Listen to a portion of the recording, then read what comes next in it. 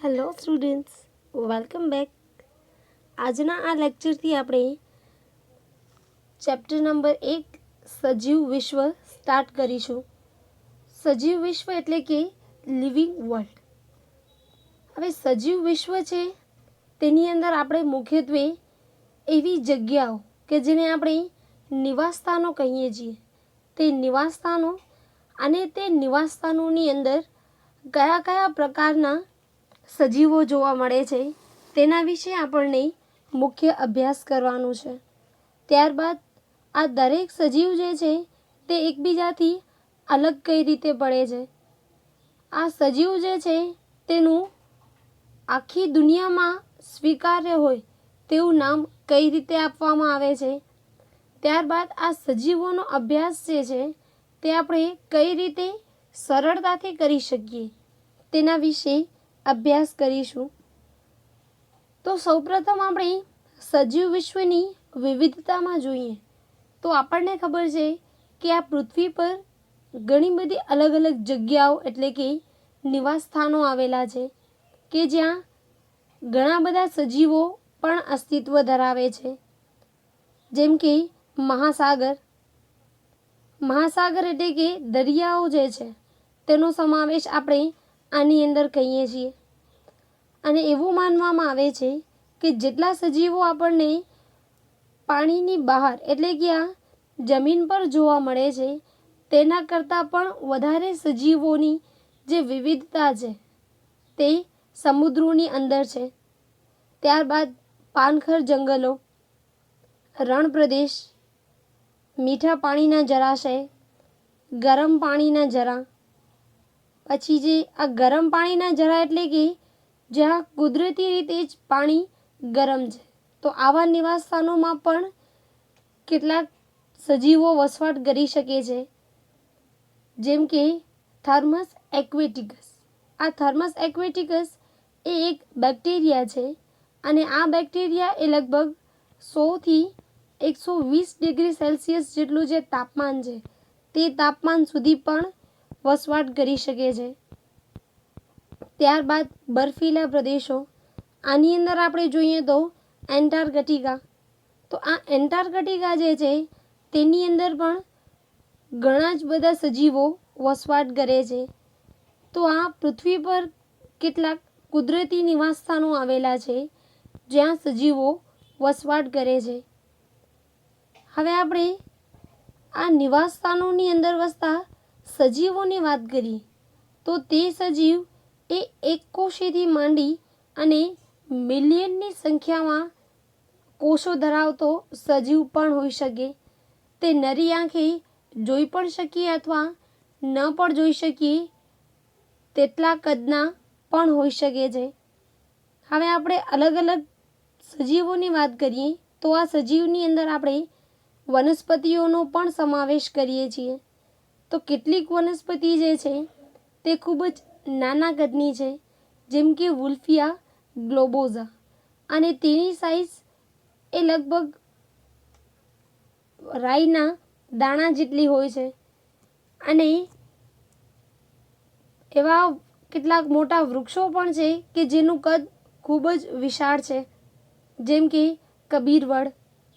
આ ઉપરાંત પ્રાણીઓમાં વાત કરીએ તો નાનકડી કીડીથી માંડી અને મોટા પ્રાણીઓ જેમ કે શાર્ક, હાથી પણ જોવા મળે છે.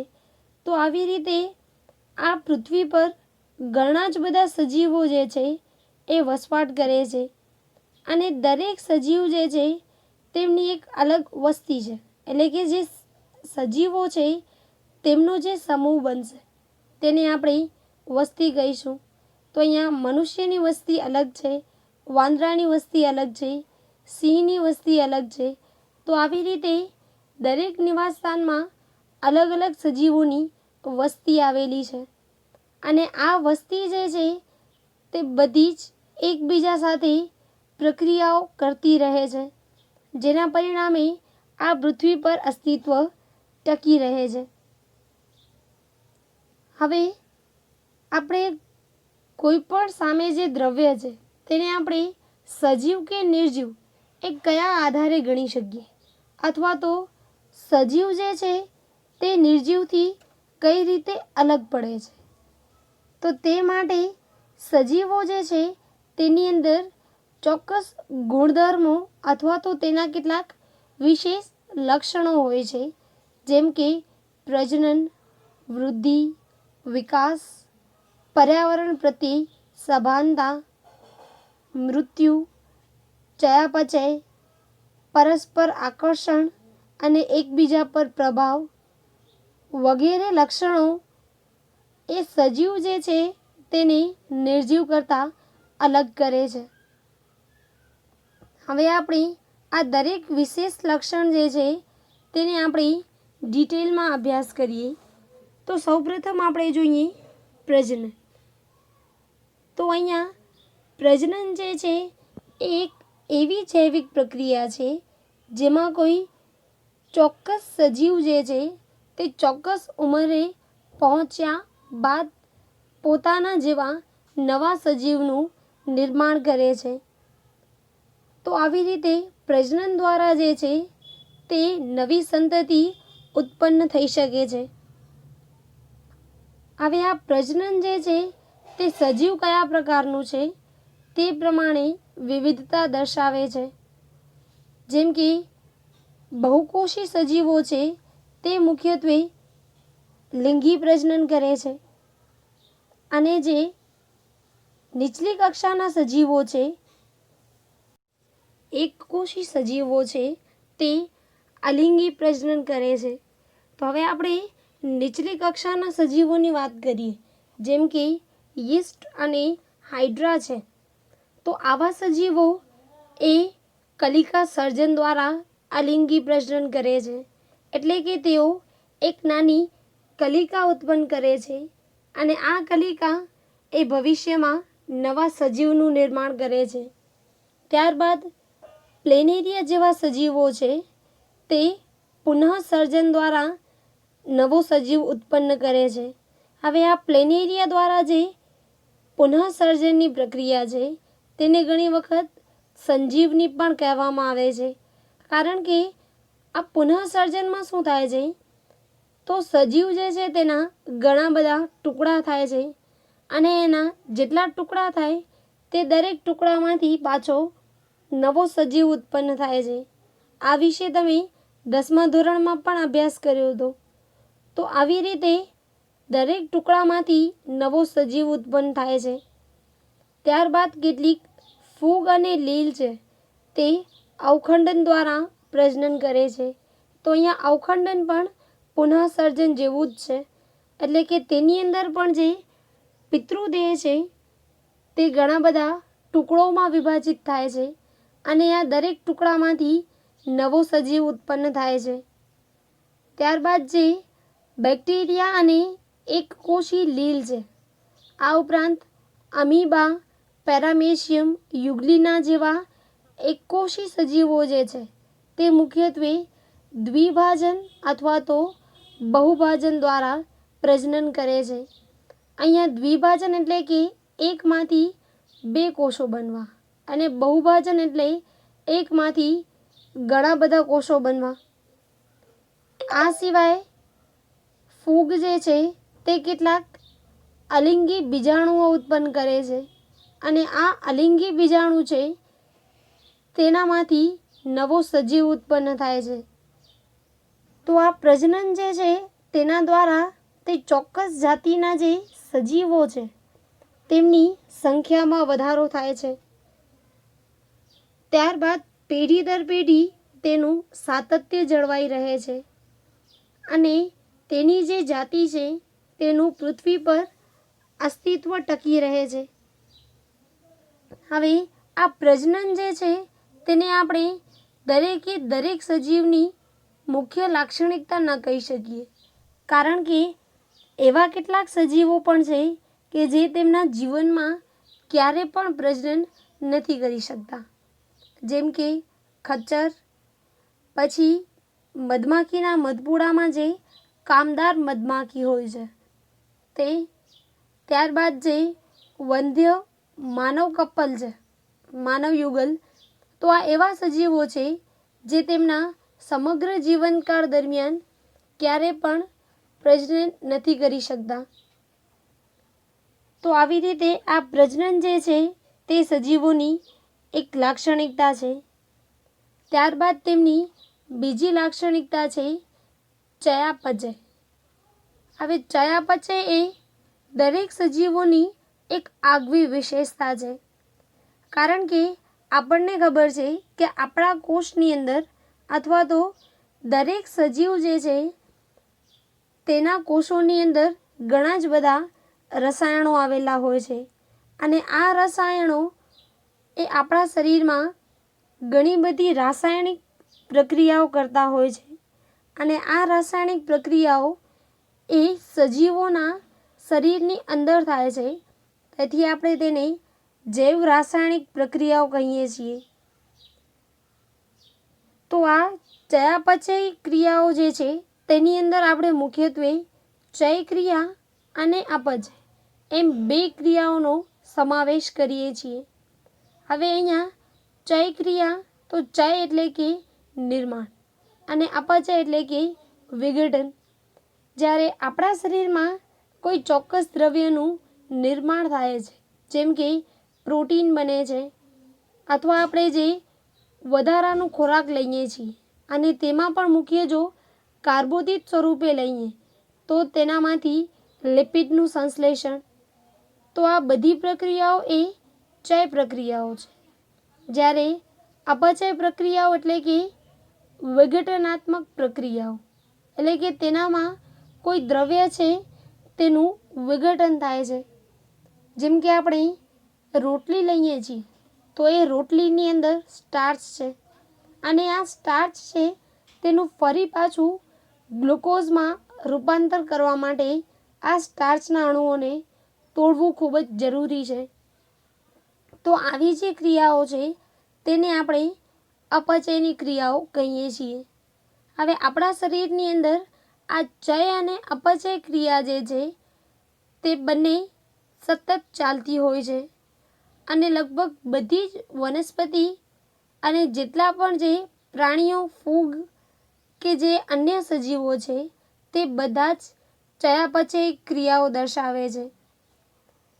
હવે આ ચયાપચય ક્રિયાઓમાં જો ચય ક્રિયાઓ એટલે કે નિર્માણની ક્રિયા વધારે હશે તો શરીરની વૃદ્ધિ થાય છે, અને જો અપચય ક્રિયા એટલે કે વિઘટનાત્મક પ્રક્રિયાઓ વધારે હશે તો તેનામાં ઘસારો થાય છે. તો આપણો આ શરીર જે છે તેની વૃદ્ધિ થશે કે તેનામાં ઘસારો એ આપણી ચયાપચય ક્રિયા પર આધાર રાખે છે. ત્યારબાદ સજીવોનું બીજું મુખ્ય લક્ષણ છે વૃદ્ધિ. હવે આ વૃદ્ધિ જે છે એ આપણે હમણાં જ જોયું કે વૃદ્ધિ જે છે ક્યારે થશે, તો જો આપણા શરીરમાં ચય ક્રિયાઓ જે છે તેમનું પ્રમાણ અપચય ક્રિયા કરતાં વધારે હશે તો જે છે એ શરીરની વૃદ્ધિ થશે. હવે કોઈ ચોક્કસ સજીવના શરીરની વૃદ્ધિ થાય છે એમ ક્યારે કહી શકીએ, તો જ્યારે તે સજીવના કદ અથવા તો તેની સંખ્યામાં વધારો થાય છે તો તેનામાં વૃદ્ધિ થાય છે એમ આપણે ગણી શકીએ. હવે આપણે જ્યારે જન્મ્યા હતા ત્યારથી કરી અને અત્યાર સુધી જો આપણે પોતાનું જ અવલોકન કરીએ તો આપણા કદની અંદર પણ બહુ જ મોટો ફેરફાર આવ્યો છે. તો તે દર્શાવે છે કે આપણું શરીર જે છે તેની વૃદ્ધિ ચાલુ છે. તેવી જ રીતે વનસ્પતિ જે છે તે શરૂઆતમાં ખૂબ જ નાની હોય છે, જેને આપણે રોપો કહીએ છીએ. ત્યારબાદ આ વનસ્પતિ જે છે તેનું ધીમે ધીમે વિકાસ થાય છે, કારણ કે હવે આ કોઈ પણ સજીવ જે છે એનામાં વૃદ્ધિ ક્યારે થશે, તો જ્યારે તેના કોષો જે છે તે વિભાજન પામશે ત્યારે. એટલે કે જેમ જેમ કોષોની સંખ્યામાં વધારો થતો જશે તેમ તેમ તેના શરીરમાં વૃદ્ધિ થતી જશે એમ આપણે ગણી શકીએ. હવે આ વૃદ્ધિ જે છે તે દરેક સજીવોમાં અલગ અલગ હોય છે. જેમ કે વનસ્પતિ છે તો આ વનસ્પતિની અંદર વૃદ્ધિ જે છે તે જીવન પર્યંત થતી રહે છે, કારણ કે તેના કોષો જે છે તે સતત વિભાજન પામતા રહે છે. જ્યારે પ્રાણીઓ જે છે તેનામાં ચોક્કસ ઉંમર સુધી જ વૃદ્ધિ જોવા મળે છે, કારણ કે અહીંયા કોષો જે છે એ પોતાની વિભાજન ક્ષમતા ગુમાવે છે, અથવા તો તે ત્યારે જ વિભાજન પામે જ્યારે જૂના કોષોનું નાશ થવાનું હોય અથવા તો તે ઘસાઈ ગયા હોય. હવે એકકોષી સજીવો છે એની આપણે વાત કરીએ તો એકકોષી સજીવોમાં વૃદ્ધિ થઈ એમ ક્યારે કહી શકીએ? કારણ કે એકકોષી સજીવ એ તો માત્ર એક જ કોષના બનેલા છે, અને અહીંયા આપણે કીધું કે જો કોષોની સંખ્યામાં વધારો થાય છે તો આપણે તેને વૃદ્ધિ કહીએ. તો હવે એકકોષી સજીવોમાં શું થાય છે? જો તેનામાં વૃદ્ધિ થશે તો તેમનું કોષ વિભાજન થશે, એટલે કે 2 કોષો બનશે. ત્યારબાદ આ 2 કોષોમાંથી 4 કોષો બનશે, અને આ દરેક નવો નિર્માણ પામેલો જે કોષ છે એ એક નવો સજીવ બનશે. તો આવી રીતે વૃદ્ધિ જે છે તે માત્ર અને માત્ર જીવંત સજીવોની અંદર જ જોવા મળે છે. કોઈ પણ નિર્જીવ વસ્તુ જે છે તેના કદની અંદર ક્યારે પણ ફેરફાર નથી થતો. જેમ કે જો તમારી આગળ ખુરશી પડી છે તો તેનું કદ જેટલું છે તેટલું ને તેટલું જ રહે છે.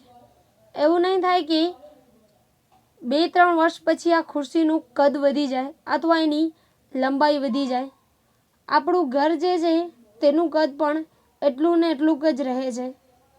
ત્યારબાદ અન્ય જે નિર્જીવ વસ્તુઓ છે જેમ કે બેન્ચીસ, બોર્ડ, પર્વતો, તો આ બધી વસ્તુઓ કે જે નિર્જીવ છે તેનું કદ એટલું ને એટલું જ રહે છે, કારણ કે તેની અંદર વૃદ્ધિની જે પ્રક્રિયા છે તે નથી થતી.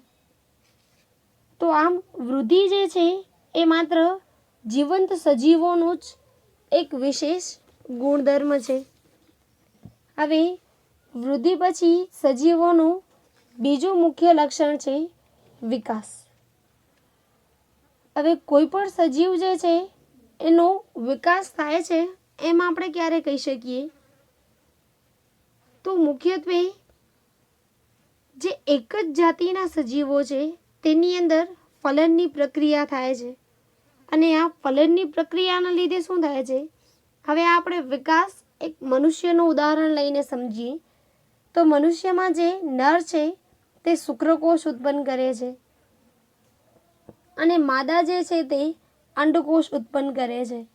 તો હવે આ શુક્રકોષ અને અંડકોષ બંને એકબીજા સાથે જોડાય છે અને ફલનની ક્રિયા થાય છે. હવે આ ફલનની ક્રિયા દ્વારા જે એક કોષ બનશે તે કોષને આપણે કહીશું યુગ્મનજ. અને હવે આ યુગ્મનજ જે છે તે વિભાજન પામવાનું સ્ટાર્ટ કરશે. એટલે આ એક યુગ્મનજનો જે કોષ છે તેનામાંથી 2, 4, 8, 16, 32, 64 એવી રીતે ઘણા બધા કોષો બનતા જશે. અને ત્યારબાદ આ દરેક કોષો જે છે તેની અંદર કાર્યની વહેંચણી થાય છે. એટલે કે જો ચેતાકોષ છે તો તે ચેતાતંત્રનું નિર્માણ કરશે. રક્તકણો છે તો તે પ્રવાહી સંયોજક પેશી રુધિરનું નિર્માણ કરશે. અસ્થિકોષો છે તે અસ્થિનું નિર્માણ કરશે. મેદપૂર્ણ કોષ અથવા તો ચરબી કોષ જે છે તે ચામડીના નીચેનું સ્તર બનાવશે. ત્યારબાદ સ્નાયુ કોષ જે છે તે સ્નાયુઓનું નિર્માણ કરશે. પ્રજનન કોષો છે તે શુક્રકોષ અને અંડકોષના નિર્માણમાં કામ આવશે. ત્યારબાદ જે રોગ પ્રતિકારક કોષો છે તે રોગ પ્રતિકારક તંત્રનું નિર્માણ કરશે. અધિસ્તરીય કોષો છે તે ચામડીનું નિર્માણ કરશે. તો આવી રીતે દરેક કોષ જે છે તો આ કોષોનો સમૂહ એની અંદર ચોક્કસ કાર્યની વહેંચણી થાય છે કે આ પર્ટિક્યુલર કામ છે. જેમ કે પાચનનું કામ છે તો તે માત્ર પાચન તંત્ર દ્વારા જ થશે. તો આવી રીતે જે કોષોમાં કાર્યની વહેંચણી થાય છે તેને આપણે વિભેદન કહીએ છીએ. હવે જ્યારે પણ ગર્ભનો વિકાસ થતો હોય છે ત્યારે શરૂઆતમાં બધા કોષો જે છે તે અવિભેદિત હોય છે, એટલે કે તેમની વચ્ચે કાર્યની વહેંચણી નથી થતી. પરંતુ જેમ જેમ તેનો વિકાસ જે છે તે થતો રહે છે તેમ તેમ તેની અંદર વિભેદન થવાની ક્ષમતા આવે છે અને આ કોષો જે છે તે વિભેદિત થઈ અને તેમાંથી પેશી બનાવે છે અને આ પેશી ભેગી થઈ અંગ બનાવે છે, અંગ ભેગા થઈ અને અંગતંત્ર બનાવે છે. તો આવી રીતે દરેક સજીવ જે છે તેનામાં વિકાસ એ સતત ચાલતી પ્રક્રિયા છે. તો આજના લેક્ચર માટે આટલું જ. નેક્સ્ટ લેક્ચરની અંદર આપણે સજીવોના અન્ય વિશેષ લક્ષણો વિશે અભ્યાસ કરીશું.